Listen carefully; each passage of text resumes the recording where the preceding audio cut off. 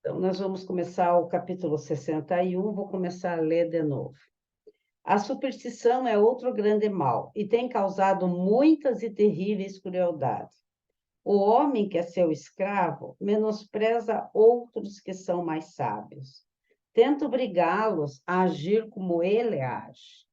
Pensa tu na horrível matança produzida pela superstição de que animais devem ser oferecidos em sacrifício, e pela ainda mais cruel superstição de que o homem necessita de carne para alimentar-se. Pensa nos maus tratos que a superstição destinou para as classes oprimidas em nossa bem-amada Índia, e vê como esta má qualidade pode gerar desapiedada crueldade, mesmo entre aqueles que conhecem o dever da fraternidade. Muitos crimes os homens cometeram em nome de Deus, do amor, movido por este pesadelo da superstição. Cuida muito, pois, para que dela não reste em ti o menor vestígio. A superstição aqui que ele fala, o Krishnamurti está lá no início do século passado, né? Mas eu vejo assim, que para nós, superstição é não passa embaixo da escada, né? O gato preto dá azar, coisas desse tipo. Mas hoje, nos dias de hoje, essa superstição vai dar para a gente interpretar como aquelas crenças, as crenças que nós temos, que a gente tem pela sociedade, pela família, né? E pela escola, a gente vai criando crenças, né, no decorrer da nossa encarnação, o que nós trazemos do passado também, né, que a gente pode definir hoje em dia como crenças limitantes, porque elas limitam a gente numa determinada frequência energética que elas impedem que a gente avance no nosso desenvolvimento, né? Alguém quer falar mais alguma coisinha aqui? Ricardo, querido, olha, entrou. Oi, Carlos, que bom. Entraram os homens. Bem-vindos, bom dia. Eu já li o 61 e também falei aqui que o que eles chamam de superstição, nos dias de hoje, nós entendemos como crenças que é colocado em nós pela família, pela religião, pela sociedade, pela escola, e a gente pode definir para nós adultos como crenças limitantes, que nos limitam numa determinada situação, que nos impede de avançar. Eu acho que tem que ser acrescentado que, nesse caso, são crenças errôneas, são narrativas deformantes, porque há crenças que podem ser úteis. Tá? Sim. Então, a questão que eu vejo e que eu tento lançar também, e foi motivo de grande discussão aqui na minha tese, é a ideia da religião científica. Essa ideia é subentendida nos textos de Blavatsky e Olcott e explícita no texto de Leadbeater com relação ao futuro, no homem de onde como vem, para onde vai. Mais de uma vez, aliás, ele insinua também na Atitude Teosófica, que publicamos no final da Gnose Cristã, e Vivekananda também puxa nessa direção de que se há um Deus, ele tem que ser possível vê-lo, se há uma alma, ela tem que ser conhecida, né? Porque vira uma superstição também aquilo que não é verificável. Aí vira uma crença de ouvir dizer, porque o outro disse, tudo bem que a gente tenha crenças racionais, eu acho, para dar um norte, não é? O yoga não é só o samadhi, o yoga é todo o caminho que leva para o samadhi. E isso implica estudo, implica crer que o método funciona, mas também verificar se ele está funcionando, questionar, investigar. Eu acho que isso é a base da liberdade de pensamento da sociedade teosófica. O que é uma superstição? É uma narrativa que nos afasta da verdade e que, em geral, as pessoas tomam com dogma não verificável. Então, o primeiro parágrafo do Mahachohan em sua carta é que aquilo que é verdade para eles deve ser apresentado como uma hipótese a ser corroborada por evidências da ciência exata moderna. Isso está no primeiro parágrafo. E o primeiro ponto é o discernimento. Então, não por acaso, veja que a gente está saltando agora para a última qualidade, e o que o mestre está dizendo? Que tem 3 obstáculos ao amor, e a última dos 3 obstáculos do amor estourou lá na superstição, que é um problema do discernimento mal resolvido lá no início. Então, se não resolver o primeiro botão, é como diz o Giordano Bruno, se errar o primeiro botão, tá toda a batina errada. E olha que as batinas da época não eram de velcro, era botão por botão. Nossa, passava um bom tempo abotando aquele negócio. Então, eu reforço essa ideia de que é uma crença deformante. E Mas, o assim, antídoto para isso, até onde eu entendi, a ciência nos traz, é uma ideia de verificação, de transparência, de investigação. É o nosso terceiro objetivo. Ninguém está aqui para crer cegamente. O segundo já propõe que tem que ter, além de investigar a religião comparada para ver se encaixa, que são peças de um mosaico, de um quebra-cabeça, tu junta tudo, ainda tem que estar de acordo com a lógica da filosofia e a investigação dos fatos da ciência. Agora, não bastasse isso, o terceiro objetivo vai nos pedir para investigar no mundo interior, não só com a ciência do mundo externo, mas investigar as leis não explicadas da natureza, quer dizer que a ciência ainda não descobriu, e os poderes latentes no homem. Isso é uma chamada à meditação, à investigação interior. Estou certo? Então, como é que nós vamos quebrar esse obstáculo da superstição pelo qual as pessoas matam em nome de Deus? Quer dizer, eu acho que é a pior coisa que pode acontecer. Matar já é um problema, eu suponho que todos concordem. Mas matar em nome de Deus... Nós aqui no Ocidente tivemos, né, um período negro da história, né? A Inquisição, ainda com o nome de santa, né?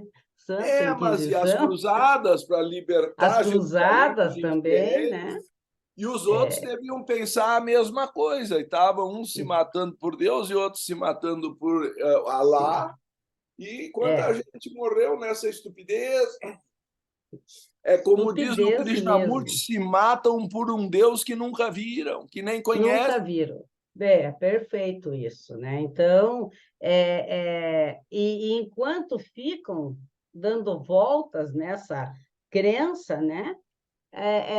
Aquelas pessoas, enquanto almas, espíritos, não evoluem, não fazem a jornada.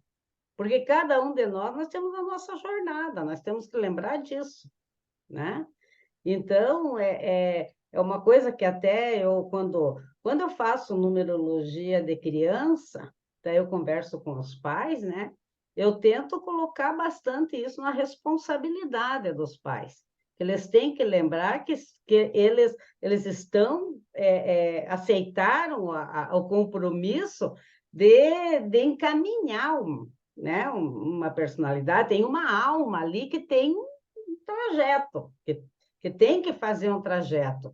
Então, que eles olhem dentro deles, quais são as crenças deles, se aquilo vai ser bom para a criança, se não vai, na jornada de vida dela, né? Então, porque eu aqui passei por muita coisa, né? Quando a gente chega nos 72, a gente vê quanto que a gente passou por tanta coisa na vida, entende? E também tive minhas crenças, né? Mas a gente chega uma hora que a gente tem que perceber que aquilo ali não está levando a lugar nenhum, né? Trouxe crenças familiares, né? De sociedade, de tudo. Mas chega uma hora que a gente tem que decidir, tá? Então, acho que é por isso que na sociedade teosófica tem muitas pessoas de idade, porque tem que refletir, não tem jeito, né? O Leadbeater, até eu marquei aqui, né? A Repete, eu superstição... gostei dessa frase. Do quê? Essa do Leadbeater, acho que tu andasse botando em algum lugar. Aqui da superstição, que eu ia ler? É, Tá. Ela diz assim, a superstição jamais leva em conta as diferenças de temperamento entre as pessoas. Isso é uma crença, quero fazer um parênteses aqui, né? Eu acho, assim, absurdo a gente querer que o outro seja como eu sou. E, infelizmente, a gente encontra isso em todos os lugares. Se não pensa igual a mim, você está errado, né? ou excluído, né? Excluído, principalmente. Então, eu lembro que faz muitos anos, Ricardo, eu li um artigo teu na revista Teosofia, e não lembro assim, só lembro do final que eu guardei e usei como mote durante muito tempo, né? Que nós somos igual ao arco-íris, né? Ah, é. Tá? Daí eu juntei com uma frase também, de uma outra frase, agora, ó, o Tu convite para acredita que sair. depois me perguntaram se eu era gay porque eu tinha escrito sobre o arco-íris? Ah, do arco-íris, não me diga. Certo? É desse jeito que anda a coisa. É desse jeito, é desse jeito. Então, então aquilo eu usei muito até, sabe? Porque o arco-íris, na verdade, todas as cores formam uma só, né? É quanta ignorância, o Carlos está rindo aqui. Mas Pois veja bem, o Carlos falou uma coisa certa. Quanta ignorância! Nós chegamos num ponto de crenças, de superstições, né? Como diz o Krishnamurti, que chega a ser quanta ignorância. Porque quando você olha o que falam, né? É um absurdo. Eu falei assim outro dia, olha, eu sou trans jovem, porque eu me sinto com 30 anos. Eu me sinto com 30 anos. Pronto, eu sou trans jovem, né? A gente tem que, olha, até brincar às vezes, mas voltando lá. Ela tem alguma forma de crença, então está falando das pessoas, né? Do temperamento. Ela tem alguma forma de crença que deseja imprimir sobre todos igualmente, não entendendo que jamais se consegue imprimir qualquer crença, exceto, talvez, algum fato científico. Isso que você falou, Ricardo, o insensível, sobre todas as pessoas igualmente, porque há tantas atitudes com relação à vida quanto há pessoas, né? Então, é isso que o Ricardo fala naquele artigo dele, né? Que não existe duas pessoas iguais, não existem, né? E Isso o é a pior de... base da filosofia vaisheshika, é um darshana em torno da ideia de vishesha ou singularidade. Nada é igual na natureza. Não tem. Então, é uma ignorância, como diz o Carlos ali, a gente querer que a outra pessoa pense igual a mim. Nem os filhos vão pensar igual a gente. Não tem como. Ah, principalmente, né? Principalmente, né? Então, não tem como. E a gente deve respeitar isso, quer quebrar a cara, tem certeza que você quer para quebrar a cara sozinha? Deixa que eu quero, eu vou, eu preciso de experiência, então vai. Aí você se fortalece, né? Porque quando a pessoa, como a Thaís sempre diz, fala para fulano que não, além do fim do poço ainda tem o ralo. Ela nunca esquece essa tua expressão, ela não esquece nunca, né? Então, quando chegar no ralo, vou estar aqui, esperando para te ajudar a subir. Porque não dá, você está entendendo? E, infelizmente, nós estamos passando, eu acho que nós temos que nos conscientizar disso, que nós estamos passando por um período muito difícil, onde tem extremos.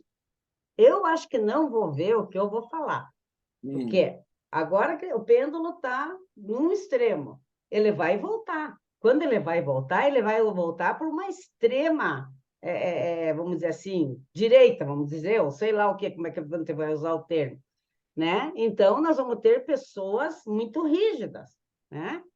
Nem as batidas do nosso coração. Sim, exatamente. Ela descobriu isso. Fala, Carla. A Elaine. Fala, Elaine. As batidas do coração, daí eu não li o resto. É que vocês estavam falando que cada pessoa é uma pessoa, e cada pessoa é uma pessoa. Nós temos muitas singularidades. Tive uma gestação gemelar e eu reparei que a batida do coração deles era diferente, e a médica falou assim: não são só eles. Cada ser humano tem uma batida única.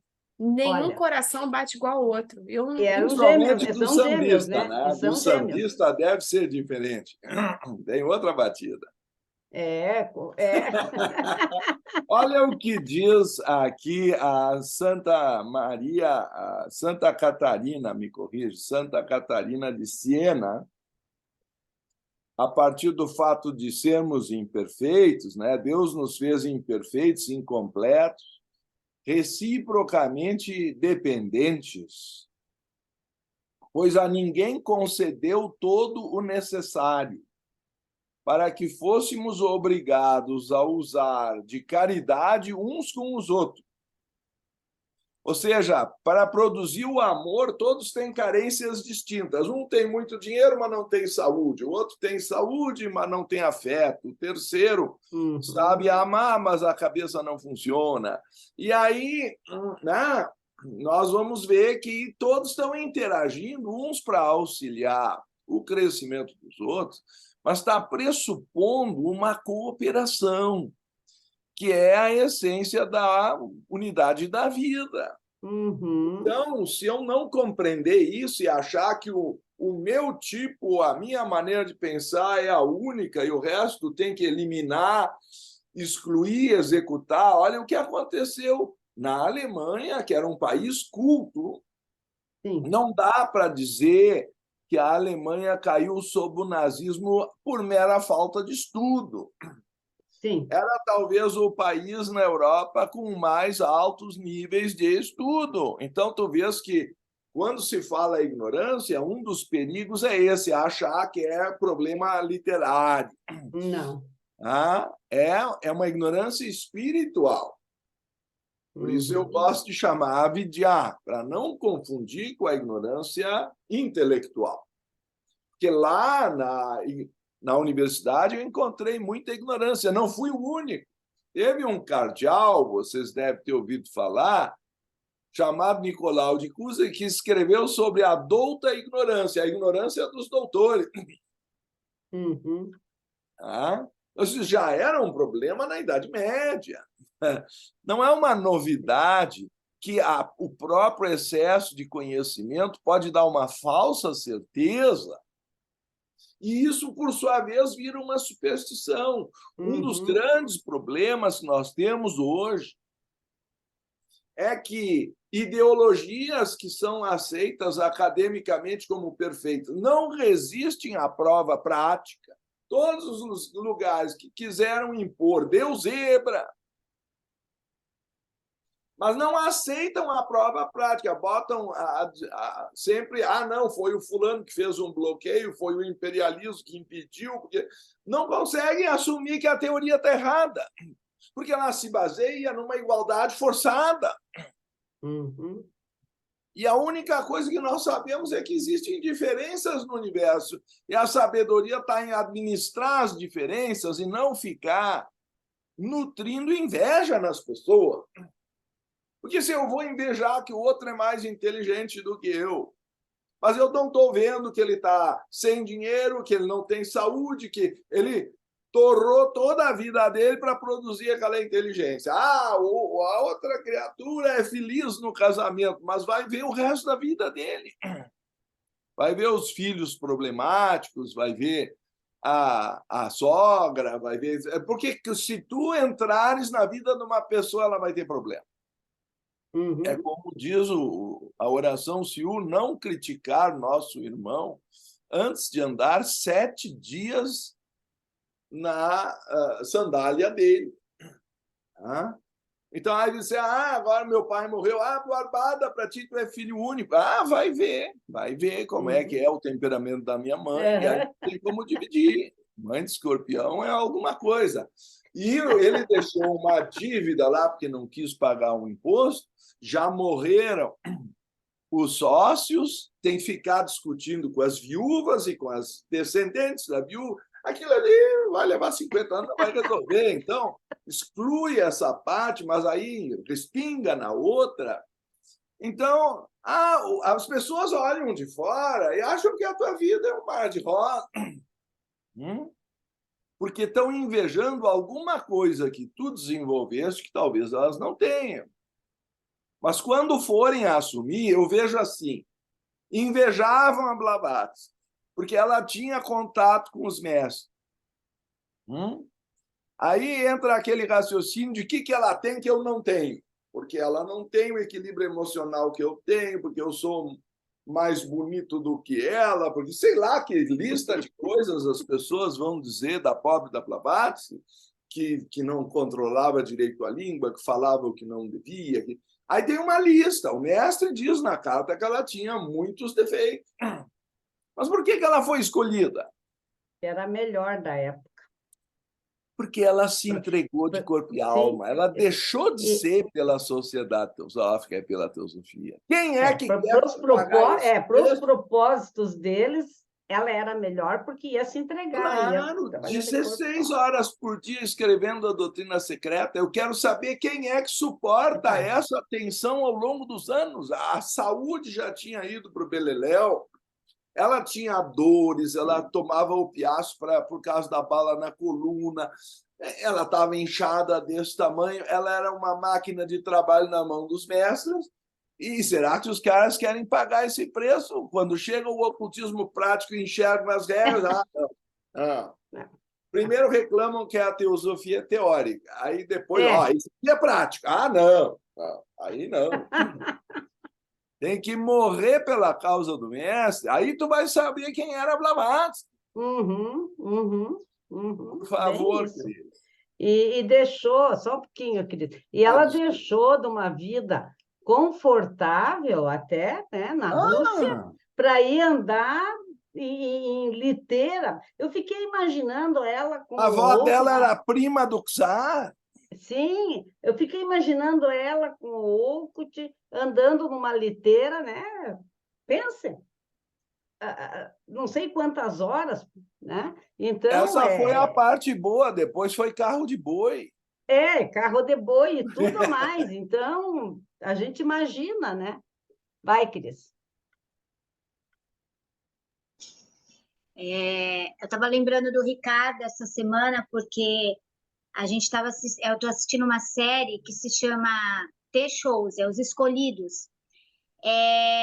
Eu não sei se vocês já assistiram, é uma série que Jesus escolhe os seus discípulos. Então, vai falar de cada discípulo dele, né? E é muito interessante porque ele mostra, né, no decorrer da série, as limitações de cada um, Cada um. Mas, igual a Blavatsky, eles deixaram tudo para segui-lo, né? Deixaram família, os que eram casados deixaram esposas, e para seguir ele. Tem uma hora que eu pensei assim, meu Deus, o que é o exemplo, né?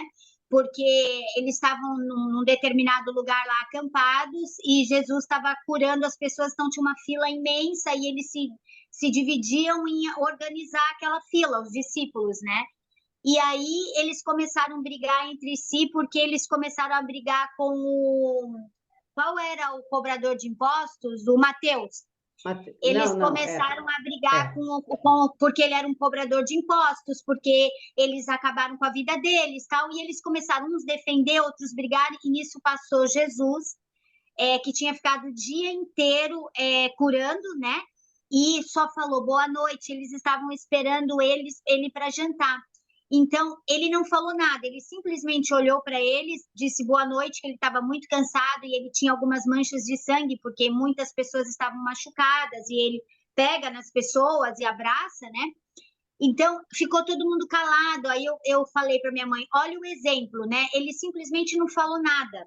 Ele passou o dia inteiro se preocupando com coisas reais e não com briguinhas de ego, né? Eu sou melhor que você era isso, você era aquilo. Então, é muito interessante essa série, porque ele vai mostrando para cada discípulo a limitação dele, né? E a compreensão da limitação do outro. Porque, na verdade, ali ele foi um escolhido, mas não é por causa disso que ele é melhor, e sim porque ele está pronto para seguir ele, deixar tudo e seguir. É muito interessante, assim, sabe? Depois passa para a gente o nome da série. Uhum. E a Margarete escreveu ali, o que você escreveu, Margarete, que eu já me perdi aqui? Você tinha escrito uma frase ali no É do seu comentário. Jorge Arundel. Uhum. Eu gosto muito dele, então ele fala diferentemente juntos. Quando eu vi isso pela primeira vez, foi o seu Ricardo que falou.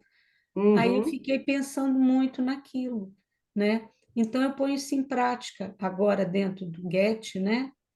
Que cada um tem o seu modo de pensar, seu modo de agir, mas a gente está ali juntos por um objetivo, que é o primeiro da Sociedade Teosófica. Sim, sim. É. É a diversidade na unidade, se eu não me engano, né, Ricardo? Alguma coisa Eu assim. acho que a tradução tradicional é juntos diferentemente, mas tu podes assumir essa outra também.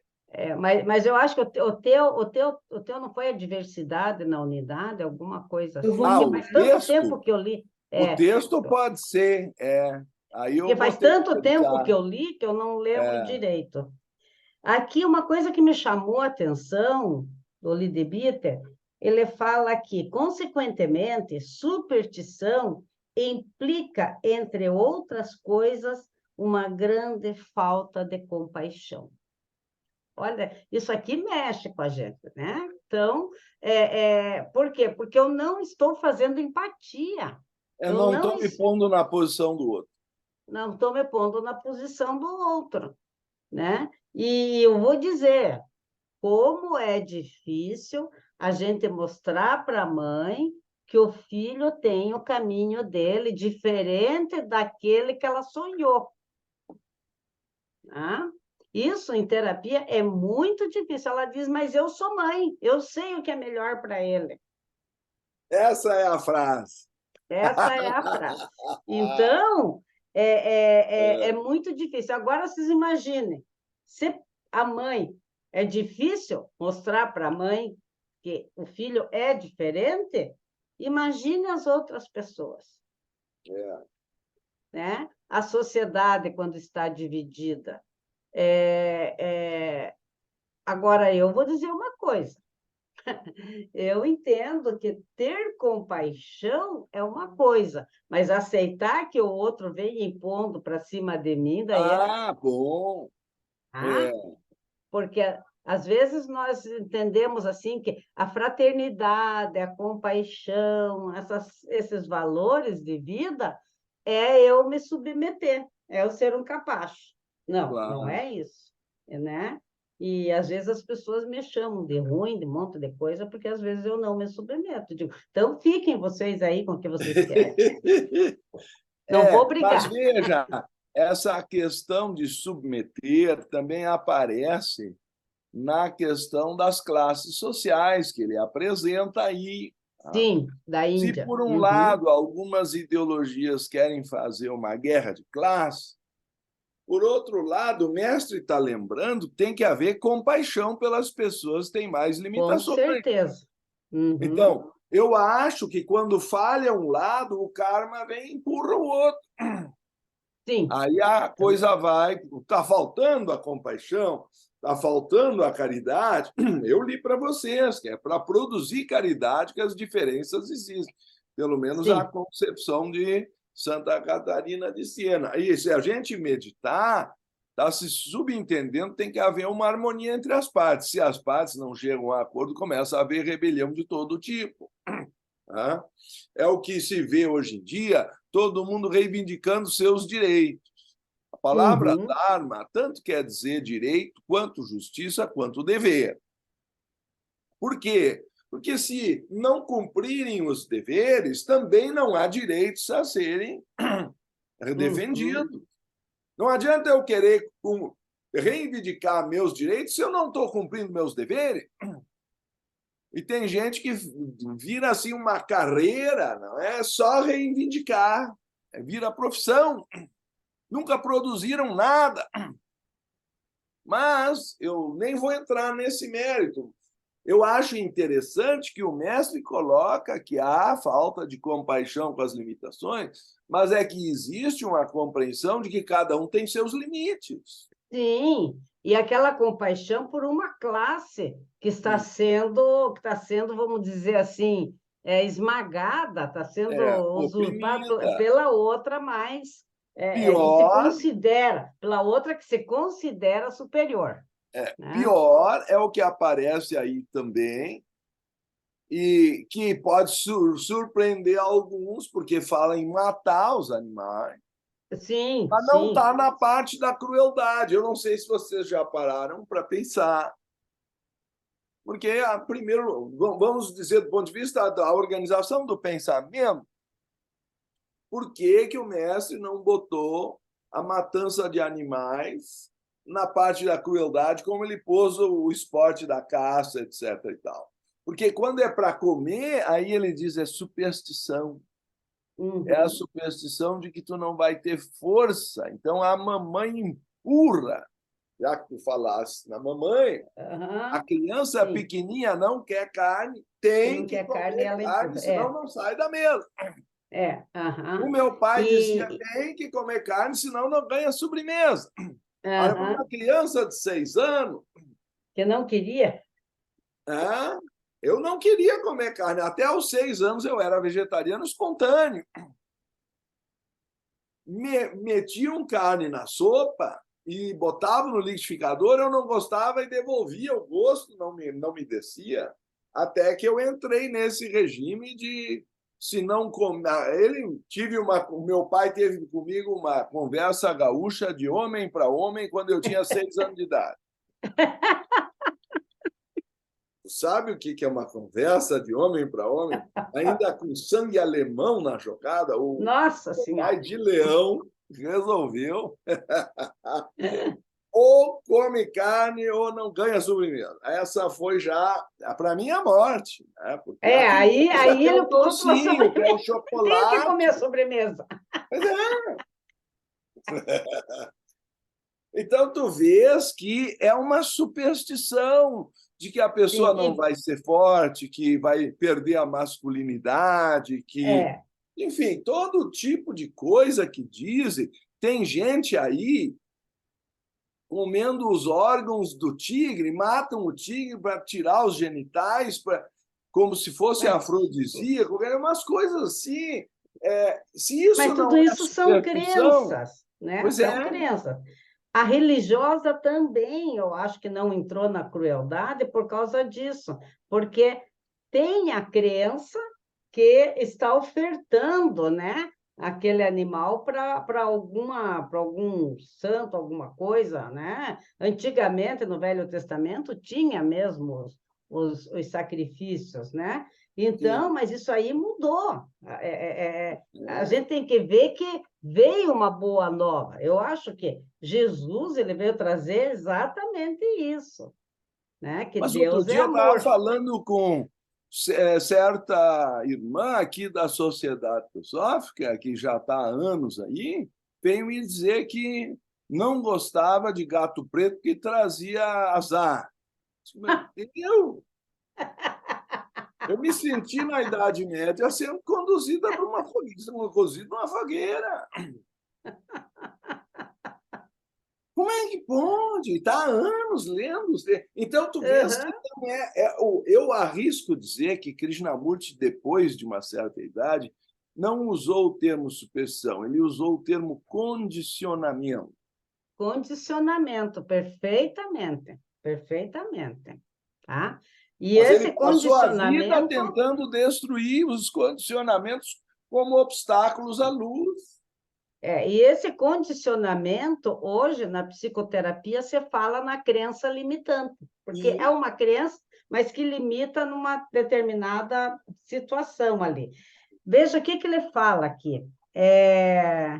Então, ele fala da questão da falta de compaixão, né?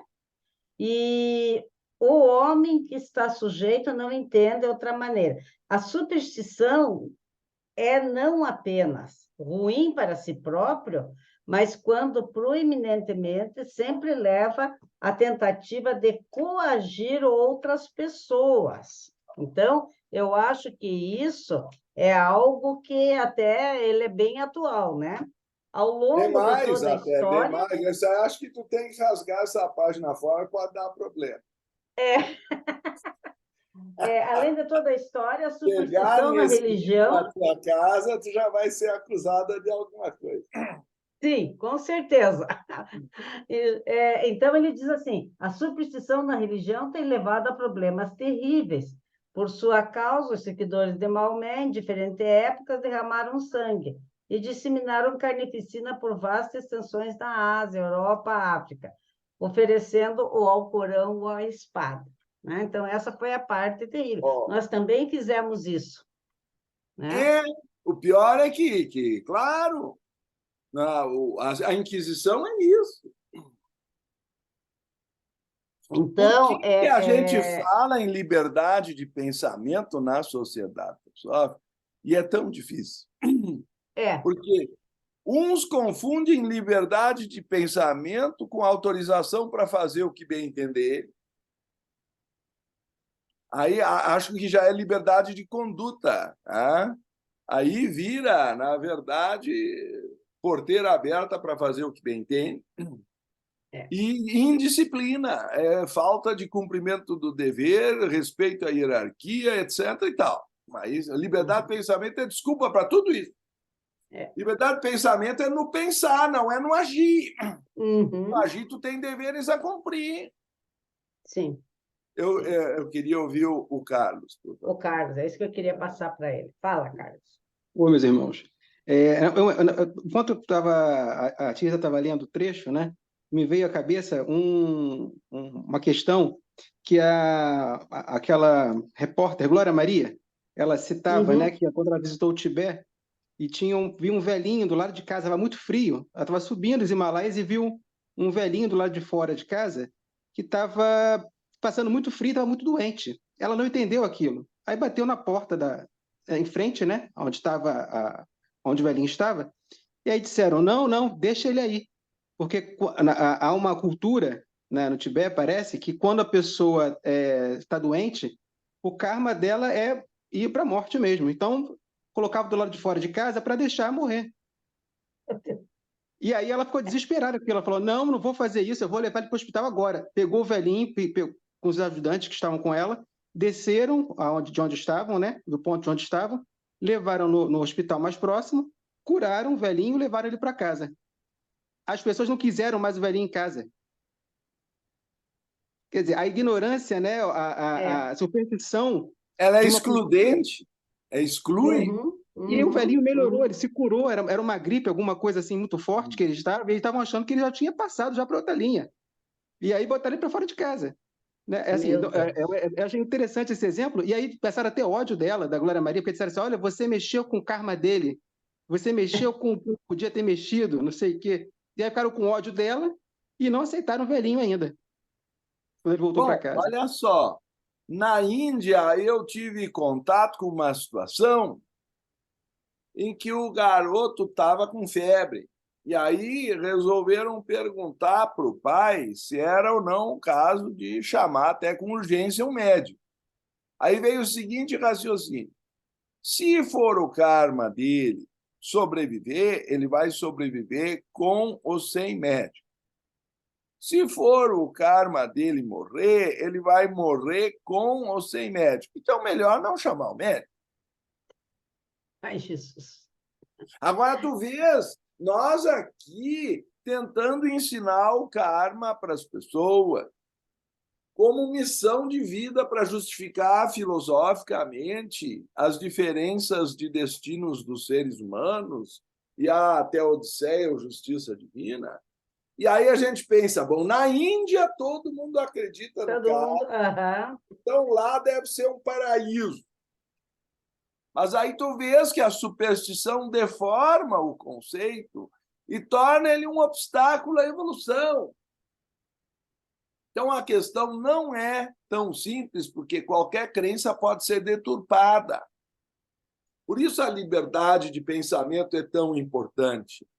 O maior problema para a expansão da sociedade teosófica na Europa, e principalmente, é o materialismo. E quando é para uma prática mais esotérica, aí é o vinho, é a vodka, é o charuto, até o cachimbo. Já nem estou falando do cigarro comum. Aí eles não conseguem largar essas coisas. Aí tu pensas, bom, na Índia não tem nenhum desses problemas. Não é da cultura. Então, na Índia vai ser 10-0, todo mundo vai ingressar na sociedade teosófica. Bom, de fato, ingressa um número proporcionalmente maior do que aqui. Mas lá tem, aí já passou já há muito tempo de 1 bilhão de habitantes, acho que está em 1 bilhão e 300 mil, 300 milhões, é mais, só a vírgula é mais que o Brasil inteiro. Mas, então, o fato é que o problema das castas é inacreditavelmente arraigado. E não por acaso o mestre fala da opressão às castas inferiores. Acaba sendo motivo para a pessoa não se filiar ao primeiro objetivo, que é a fraternidade. Fraternidade sem considerar as castas. E alguns ainda querem mudar o objetivo e tirar a palavra casta. Ué, por acaso não é um problema numa grande população do mundo? Vai tirar isso? Ah, está fora de moda. Então, agora os objetivos foram feitos para estar na moda? É prancha de surf que a gente muda a cor e... Gostei que é dessa. isso? Tem todo um elemento histórico para nós refletirmos o conteúdo. Eu penso que também, às vezes, a questão da casta, Ricardo, será que não passa pela ideia de que eu não vou ser mais valorizado porque eu pertenço a uma Comem casta na maior? mesma mesa, rejeitam a filha se casar com alguém de outra casta. Aquilo lá é uma coisa... Eu vou contar uma história para vocês. Um amigo meu, que era um físico nuclear, resolveu se rebelar com a história das castas quando ainda era adolescente.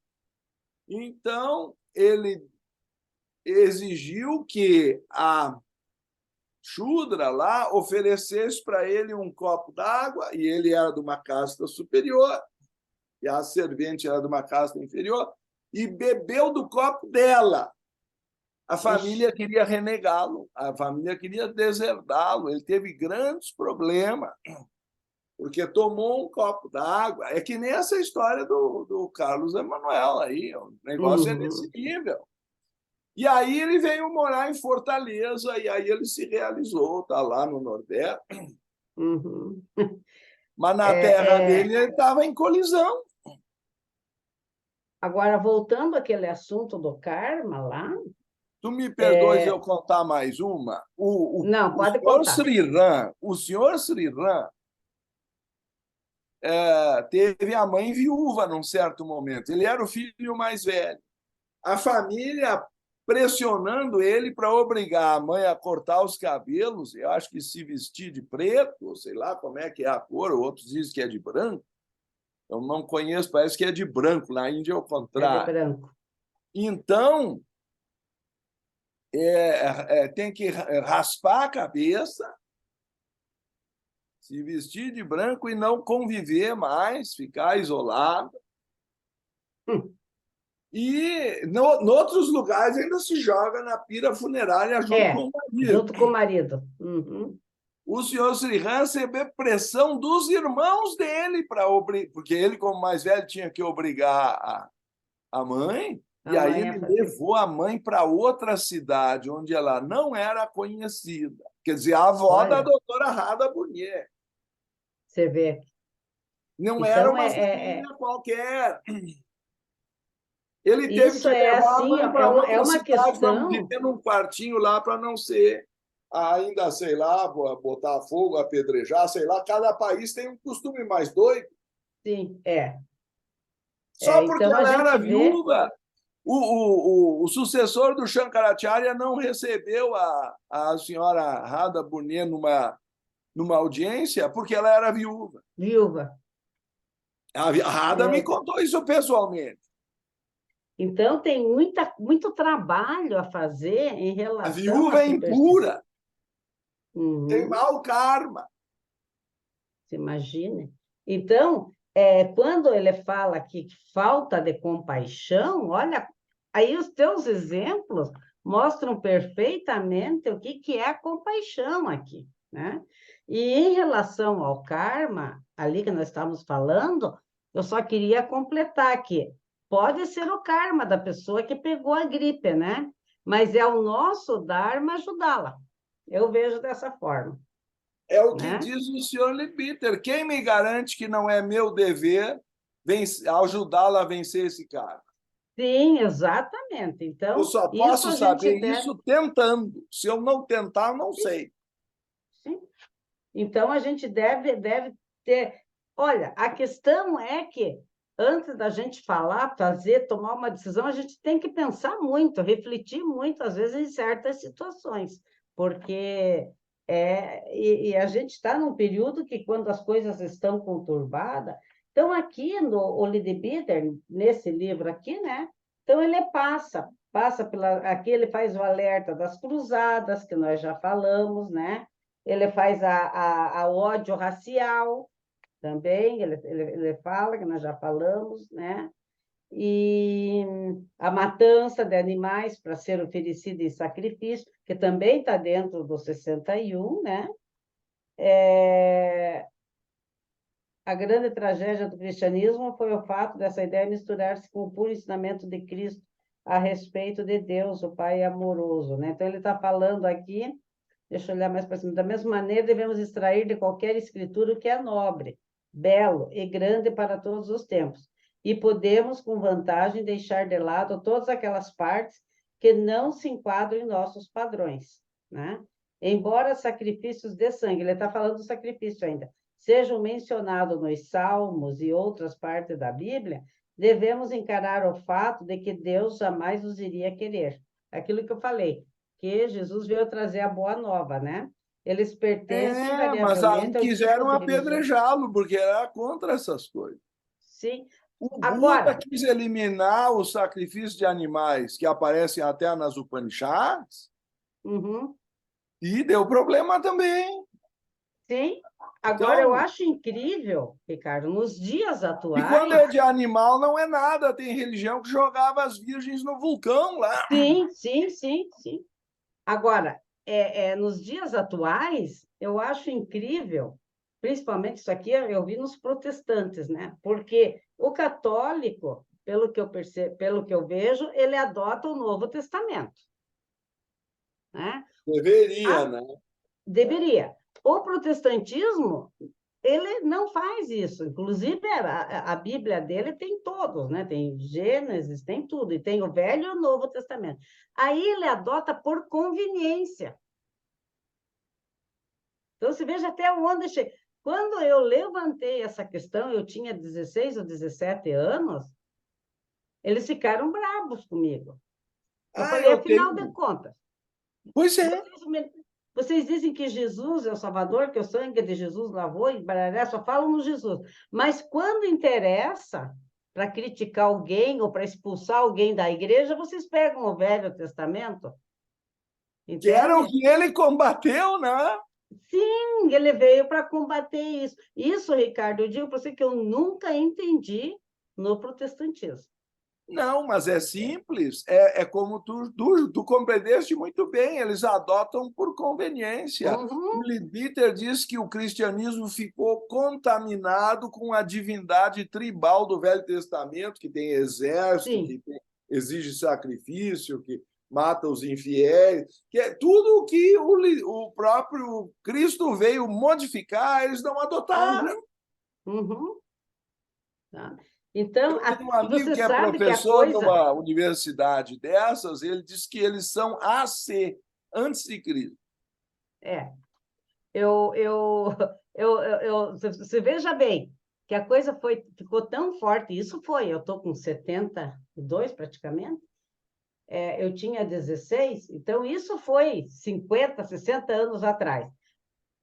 Quando eu fui, aí uns meses atrás, fui no enterro de um primo meu, estava lá o Davi, que é pastor hoje, ele falou assim, você ainda não gosta do Velho Testamento? Olha, pensa bem, 60 e poucos anos depois, ele lembrou e veio me perguntar se eu ainda não gostava do Velho Testamento. Está na lista dele. Tá, tô, não, isso eu tenho certeza. Meus queridos, eu vou ter que mudar Tá, de canal no meu isso. horário agora, Vai, mas querido. eu agradeço muito Obrigada. a compaixão de vocês Obrigada, tá? comigo. Obrigado. E você enriquece os nossos estudos aqui. Até mais. Então, como eu estava falando, aqui ele vai falando de tudo que nós já falamos aqui para frente, né? De carne para alimentar-se, a carne como alimento é indesejável, porque é cruel, porque mata os animais. Daí ele vai aí, nós já falamos tudo isso, né? Daí ele fala que nós comentamos aqui do Ricardo, olha, ele fala, é dever das classes mais privilegiadas dos povos da Índia e também uma obrigação kármica sobre elas, que nós acabamos de falar, né? E daí, no 61 ainda, ele descreve, ele explica bem os 3 crimes que se deve evitar, né? Ele fala lá, pensa nos maus tratos que a superstição destinou para as classes oprimidas em nossa bem-amada Índia, e vê como esta má qualidade pode gerar desapiedade e crueldade, mesmo entre aqueles que conhecem. Então, uma disso é a diferença das classes, a outra que ele levanta, muitos crimes os homens cometeram em nome de Deus ao amor, movido por esse pesadelo de superstição.